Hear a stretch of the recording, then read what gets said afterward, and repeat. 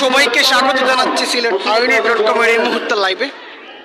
সিলেট শাহজালাল বাজার প্রাঙ্গণ থেকে যুক্ত হয়েছে আমি লিমন তালুকদার। আপনাদেরকে এই মুহূর্তে দেখাতে চাই, শুক্রবার হলে সিলেট শাহজালাল মাজারে মানুষের উপস্থিতিটা মানুষের দল নামে। জুমার নামাজ আদায় করতে শুধু সিলেটে অবস্থানরত মানুষরা কিন্তু আসলে সে নামাজ আদায় করতে মাজারে আসেন নাই। অনেক জেলা থেকে, ভিন্ন উপজেলা, অনেক জায়গা থেকে কিন্তু সিলেট শাহজালাল বাজারে শুক্রবার হলে এমন দৃশ্য দেখা যায়। শুক্রবার হলে মানুষের দল নামে নামাজ আদায় করতে হাজার হাজার মানুষের উপস্থিতি। নামাজের সময় যত আসছে দেখেন মানুষ এগিয়ে আসছে, নামাজের কাতার রেডি হচ্ছে। শুকানোর মাধ্যমে চামড়াকে সাইজ করার কাজে, শুকানোর কাজে আমি ব্যস্ত ছিলাম। সাথে সাথে কাজ বাদ দিয়ে ঘরে আসলাম, বিছানার ব্যবস্থা করলাম। ইয়া রাসূলুল্লাহ ঘরে আসেন, বসেন, আরাম করেন। কি ব্যাপার হঠাৎ আমার ঘরে গরিবের ঘরে? আল্লাহ রাসূল সাল্লাল্লাহু আলাইহি ওয়াসাল্লাম প্রস্তাব দিলেন, আমি তোমাকে বিবাহ করতে চাই। তিনি আলহামদুলিল্লাহ বললেন। মনে মনে ভাবলেন, দোয়া করেছিলাম, ওয়াখলুফনি খায়রান মিনহা, আল্লাহ উত্তম বদলা, এর চেয়ে উত্তম বদলা আর কি হতে পারে? তবে কিভাবে সম্ভব? ইয়া রাসূলুল্লাহ, সিদ্ধান্ত চূড়ান্ত করার আগে বিবেচনা করা উচিত, চিন্তা করা উচিত। আমি কিন্তু একজন অভিমানী মহিলা, রাগী মহিলা, আমার রাগ কিন্তু একটু বেশি। আমি তো চিন্তা করতেছি, এই রাগ নিয়ে যদি আপনার ঘরে যাই, বিবাহ আপনার মনে কষ্ট, আমি ধ্বংস হয়ে যাব। 2, আমি বয়স্ক মহিলা। 3, আমার কয়েকটা সন্তান আছে। আপনি চিন্তা করুন, আমিও চিন্তা করি। রাসূল সাল্লাল্লাহু আলাইহি ওয়াসাল্লাম তাবাসসুম ফরমালেন, মুচকি হাসি দিলেন, বললেন, সিদ্ধান্ত হয়ে গেছে, উপরে সিদ্ধান্ত হয়ে গেছে। তোমার অভিমান রাগ আমার উপরে গেলে আর থাকবে না, ঠিক হয়ে যাবে, সোজা হয়ে যাবে। তোমার বয়স হয়েছে, আমার বয়স কম হয়নি, সমস্যা নাই। তোমার ছেলে মেয়ের ব্যাপারে চিন্তা করছো, চিন্তার কোনো কারণ নাই। তোমার ছেলে মেয়ে আজ থেকে আমারও ছেলে মেয়ে। শেষ পর্যন্ত নিকাহের কাজ সম্পন্ন হয়ে গেল। তিনি পরবর্তীতে প্রায় সময় বলেন যে, মনে করতাম যে আমার স্বামী শিক্ষা দিয়েছিলেন, আল্লাহুম্মা আজিরনি ফি মুসিবাতি ওয়াখলুফনি খায়রাম মিনহা। এই দোয়া পড়ার বরকতে আল্লাহ তাআলা আমাকে উত্তম বদলা দান করলেন দুনিয়াতে। আখিরাতে যত আছে রিজার্ভ। শিক্ষা, মুসিবতে পড়লে অধৈর্য হব না, হামদাস করবো না, বেশি পেরেশানি করবো না, ইন্না লিল্লাহি ওয়া ইন্না ইলাইহি রাজিউন করবো। সাথে সাথে এই দোয়াটা পড়বো, সবাই শিখে নেব ইনশাআল্লাহ। আল্লাহুম্মা আজিরনি ফি মুসিবাতি ওয়াখলুফনি খায়রাম মিনহা। আরেকটি আমল, অনেক সময় আমরা অভিযোগ, হুজুর আমার টাকা পয়সা হারানো গেছে, মোবাইল হারানো গেছে, চাউল করা দেন, এই করেন সেই করেন, কত কিছু আমাদের উপর চাপ আছে। আরেক মুসিবত চাউল করা, এটা কোন শরীরের কোন বিধান নয়। কোন পর্যন্ত হয়তো পেয়েছেন তদর ব্যাপারে, সেটা তার ব্যাপার। কিন্তু চাউল করার মাধ্যমে চুল নির্ণয় করা কোরআনেও নাই, হাদিসেও নাই। কিন্তু আমাদের কাছে প্রায় সময় লোকজন আসে, হুজুর তাও আবার বিরুন চাউল, ওইটাও লাগে, বিরুন চাউল লাগে, এছাড়া পায় না। ওরা জানে আবার সবকিছু। যাই হোক, তো অনেক সময় আসেন আমাদের কাছে যে জিনিস হারানো গেছে, তাবিজ দেন, তেল করা দেন, চাউল করা দেন, কিছুই লাগবে না ইনশাআল্লাহ। এই আমলটি যদি আন্তরিকতার সাথে করতে পারে, যে কোনো জিনিস হারিয়ে যায়, অথবা চুরি হয়ে গেছে, ছিনতাই হয়ে গেছে, প্রথমে 11 বার দুরূদ শরীফ পড়ব। কতবার? 11 বার দুরূদ শরীফ, যে কোনো দুরূদ শরীফ পড়তে পারি। আমরা নামাজে যে দুরূদ শরীফ করি ওটাও পড়তে পারি, বা আরো সংক্ষিপ্ত যে দুরূদগুলো আমরা পড়ি পড়তে পারি। আসসালাতু ওয়াসসালামু আলা রাসূলিল্লাহ, সংক্ষেপ। আসসালাতু ওয়াসসালামু আলা রাসূলিল্লাহ, সংক্ষেপ 11 বার পড়লাম। তারপরে 7 বার সূরা ওয়াদ-দুহা, অনেকেরই জানা আছে মাশাআল্লাহ, যাদের জানা নেই মুখস্থ করে ফেলবো। ওয়াদ-দুহা ওয়াল-লাইলি ইযা সাজা, শেষ পর্যন্ত 7 বার। আবারও পড়বো 11 বার দুরূদ শরীফ। তারপরে 41 বার ইন্না লিল্লাহি ওয়া ইন্না ইলাইহি রাজিউন। এরপরে কেবলামুখী হয়ে বসে হাত উঠিয়ে আমি আল্লাহর কাছে দোয়া করবো যে, আল্লাহ আমার ওই সমস্যা, বিশেষ করে আমার 1 লক্ষ টাকা হারিয়ে গেছে, চুরি নিয়ে গেছে, ছিনতাইকারী নিয়ে গেছে, এই বিষয়গুলোর কথা উল্লেখ করে আল্লাহ তাআলার কাছে মোনাজাত করব। এরপরে ভালো জিনিস প্রাপ্তির আগ পর্যন্ত ইন্না লিল্লাহি ওয়া ইন্না ইলাইহি রাজিউন ওটা পড়তে থাকবো, ইন্না লিল্লাহি ওয়া ইন্না ইলাইহি রাজিউন। তো প্রথমে কি করতে হবে? 11 বার দুরূদ শরীফ, তারপরে 7 বার সূরা ওয়াদ-দুহা, তারপরে আবারও 11 বার দুরূদ শরীফ, তারপরে 41 বার ইন্না লিল্লাহি ওয়া ইন্না ইলাইহি মুনাজাত, তারপরে ধারাবাহিকভাবে ওই জিনিস প্রাপ্তির আগ পর্যন্ত ইন্না লিল্লাহি ওয়া ইন্না ইলাইহি রাজিউন করতে থাকবো। সাথে সাথে ওই দোয়াটিও করবো, আল্লাহুম্মা আজিরনি ফি মুসিবাতি ওয়াখলুফনি খায়রাম মিনহা। ইনশাআল্লাহ সুম্মা ইনশাআল্লাহ আন্তরিকতার সাথে যদি পড়ি, করতে পারি, পেয়ে যাবো, আল্লাহ চাহে তো পেয়ে যাবো। তো এই জন্য আমরা যে কোনো আপদে বিপদে বালা মুসিবতে ধৈর্য ধারণ সবার, কারণ অত্যন্ত গুরুত্বপূর্ণ একটি গুণ বা বৈশিষ্ট্য আমাদের জন্য, ইমানদারদের জন্য। কারণ যদি আমি সবর করি, এর অর্থটাই হচ্ছে যে আল্লাহ তাআলার সিদ্ধান্তে আমি সন্তুষ্ট। মনে করুন আপনি যে কোনো মুসিবতে পড়ছেন, সবর, আলহামদুলিল্লাহ, আলহামদুলিল্লাহ, আল্লাহ তাআলার ইচ্ছা হয়ে গেছে, আমি সবর করলাম, তার মানে আল্লাহ তাআলার সিদ্ধান্তে আমি সন্তুষ্ট। আর আল্লাহ তাআলার সিদ্ধান্তে যদি আমরা সন্তুষ্ট হয়ে যাই, আল্লাহ তাআলা আমাদের উপর সন্তুষ্ট হয়ে যাবে। সহজ হিসাব। মুসা আলাইহিস সালাম জিজ্ঞেস করেছিলেন, ইয়া রাব্বাল আলামিন দুল্লানি ইলা রিদাইক, আপনার সন্তুষ্টি কিভাবে পাওয়া যাবে? আল্লাহ তাআলা জবাব দিয়েছিলেন, রিদাই বিরিদাইকা ফি কাযাই, তুমি যদি আমার ফয়সালায় সন্তুষ্ট হয়ে যাও, আমিও তোমার কাজে সন্তুষ্ট হয়ে যাব। এটাই আমার সন্তুষ্টিতে তুমি যদি সন্তুষ্ট হয়ে যাও, তাহলে আমি তোমার উপর সন্তুষ্ট হয়ে যাব। আমার সিদ্ধান্তে যদি তুমি সন্তুষ্ট হয়ে যাও, তাহলে আমিও তোমার কার্যক্রমে, তোমার ঈমান আমলে সন্তুষ্ট হয়ে যাব। এজন্য আমরা তখনই কোন মুসিবতের সম্মুখীন হব, বিপদের সম্মুখীন হব, ইন্না লিল্লাহ করব, আল্লাহুম্মা আজিরনি ফি মুসিবাতি ওয়াখলুফনি খায়রাম মিনহা, এই দোয়াও করতে থাকবো। আল্লাহ তাআলার কাছে নামাজ সবরের মাধ্যমে সাহায্য চাইতে থাকবো। আল্লাহ তাআলা আমাদেরকে অত্যন্ত গুরুত্বপূর্ণ এই গুণ, সবরের মতো গুণ বৈশিষ্ট্য সহজভাবে অর্জনের সুযোগ এবং তৌফিক দান করুন। সবাই বলি আমিন ইয়া রাব্বাল আলামিন। ওয়া আখিরু দাওয়ানা আনিল হামদুলিল্লাহি রাব্বিল আলামিন। যারা আমরা সুন্নত করি না, সুন্নত করি। দর্শক, এতক্ষণ দেখেন আপনারা হাজার হাজার মুসল্লির টল সিলেট শাহজালাল মাজার প্রাঙ্গণে এবং সুন্নত আদায় করছেন। একটু পরে নামাজ আদায় হবে, জুমার নামাজ। যত মানুষ সময় সময় নামাজের ঠিক আপনি গেটের সামনে দেখতে পাচ্ছেন মানুষের উপস্থিতিটা বাড়ছে। ভিন্ন জায়গা থেকে, সিলেটের ভিন্ন জায়গা থেকে কিন্তু মানুষরা শুক্রবার হলে শাহজালাল মাজার প্রাঙ্গণে আসেন, নামাজ আদায় করেন, জামাতের সাথে নামাজ আদায় করেন। হাজার হাজার মানুষের উপস্থিতি। সিলেট মসজিদের ভিতরে কিন্তু অনেক মুসল্লি আকরাম, ধর্মপ্রাণ মুসল্লিরা, এবং দেখেন সিঁড়িতে বসে নামাজ আদায় করছেন। কেউ ছাদের উপর যে যেখানে পাচ্ছেন সেখানে নামাজ আদায় করছেন।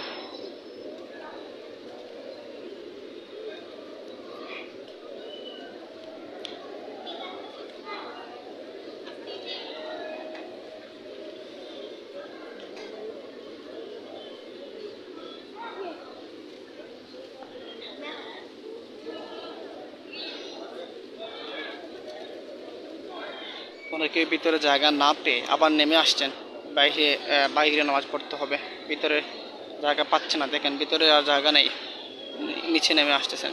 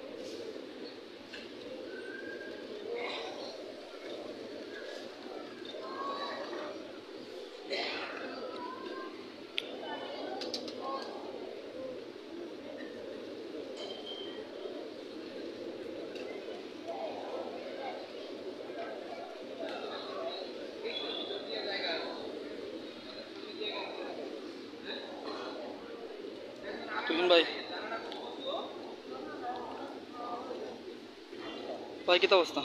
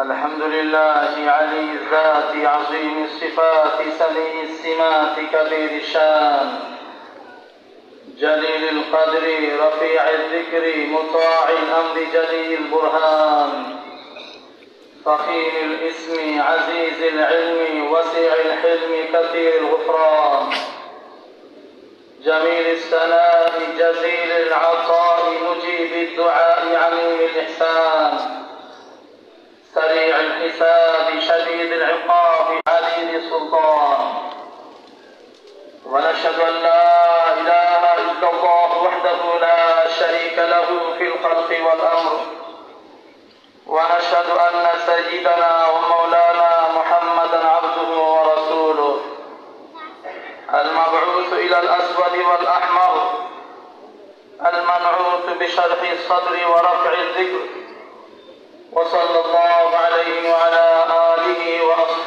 الذين دينهم خلاصة العرب العرباء وخير الخلائق بعد الأنبياء.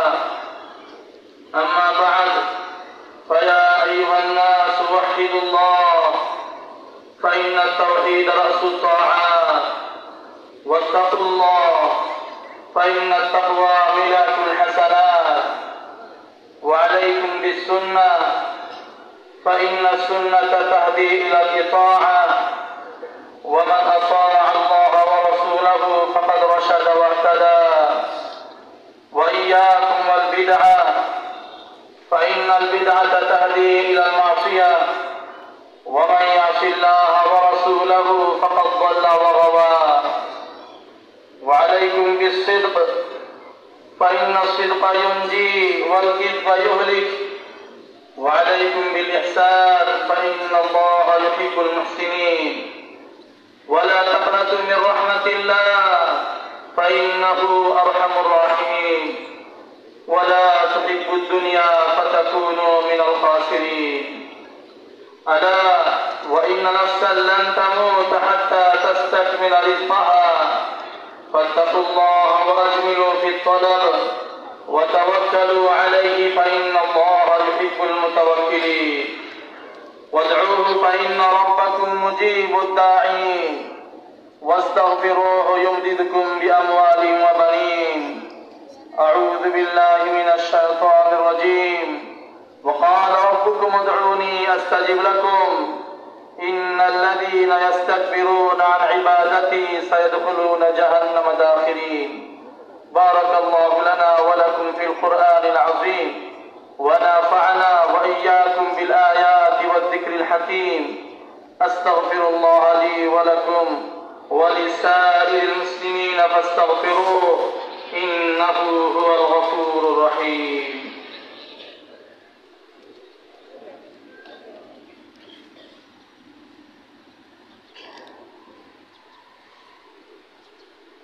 الحمد لله نحمده ونستعينه ونستغفره ونؤمن به ونتوكل عليه، ونعوذ بالله من شرور أنفسنا ومن سيئات أعمالنا. من يهده الله فلا مضل له، ومن يضلله فلا هادي له. ونشهد أن لا إله إلا الله وحده لا شريك له، ونشهد أن محمدا عبده ورسوله، أرسله بالحق بشيرا ونذيرا بين يدي الساعة. من يطع الله ورسوله فقد رشد، ومن يعصهما فإنه لا يضر إلا نفسه ولا يضر الله شيئا. أعوذ بالله من الشيطان الرجيم. إن الله وملائكته يصلون على النبي، يا أيها الذين آمنوا صلوا عليه وسلموا تسليما. اللهم صل وسلم على محمد وأزواجه وذريته وعلى الصحابة أجمعين، وخص منهم الخلفاء الراشدين أبا بكر وعمر وعثمان وعليا رضي الله عنهم وتابعهم ومن تبعهم بإحسان إلى يوم الدين. اللهم إنا نسألك يا الله بأنك الواحد الأحد الصمد الذي لم يلد ولم يولد ولم يكن له كفوا أحد، أن تغفر لنا ذنوبنا إنك أنت الغفور الرحيم. اللهم إنك عفو تحب العفو فاعف عنا يا كريم، فاعف عنا يا كريم، فاعف عنا يا كريم. اللهم انصر الإسلام والمسلمين. اللهم انصر إخواننا في غزة وفلسطين. اللهم انصر إخواننا في غزة وفلسطين، وثبت أقدامهم، وانصرهم على أعدائهم، واحفظ أهلها، وارحم شهداءهم، وافتح لهم أبواب الرحمة يا ذا الجلال والإكرام. اللهم اللهم إنا نسألك الهدى والتقى والعفاف والغنى. اللهم إنا نسألك العافية من كل بلاء والشفاء من كل داء وأن تحفظنا من كل وباء. اللهم آمنا في أوطاننا. اللهم آمنا في أوطاننا. اللهم آمنا في أوطاننا. ربنا آتنا في الدنيا حسنة وفي الآخرة حسنة وقنا عذاب النار. ربنا تقبل منا إنك أنت السميع العليم وتب علينا إنك أنت التواب الرحيم. عباد الله رحمكم الله، إن الله يأمر بالعدل والإحسان وإيتاء ذي القربى وينهى عن الفحشاء والمنكر والبغي يعظكم لعلكم تذكرون. فاذكروني أذكركم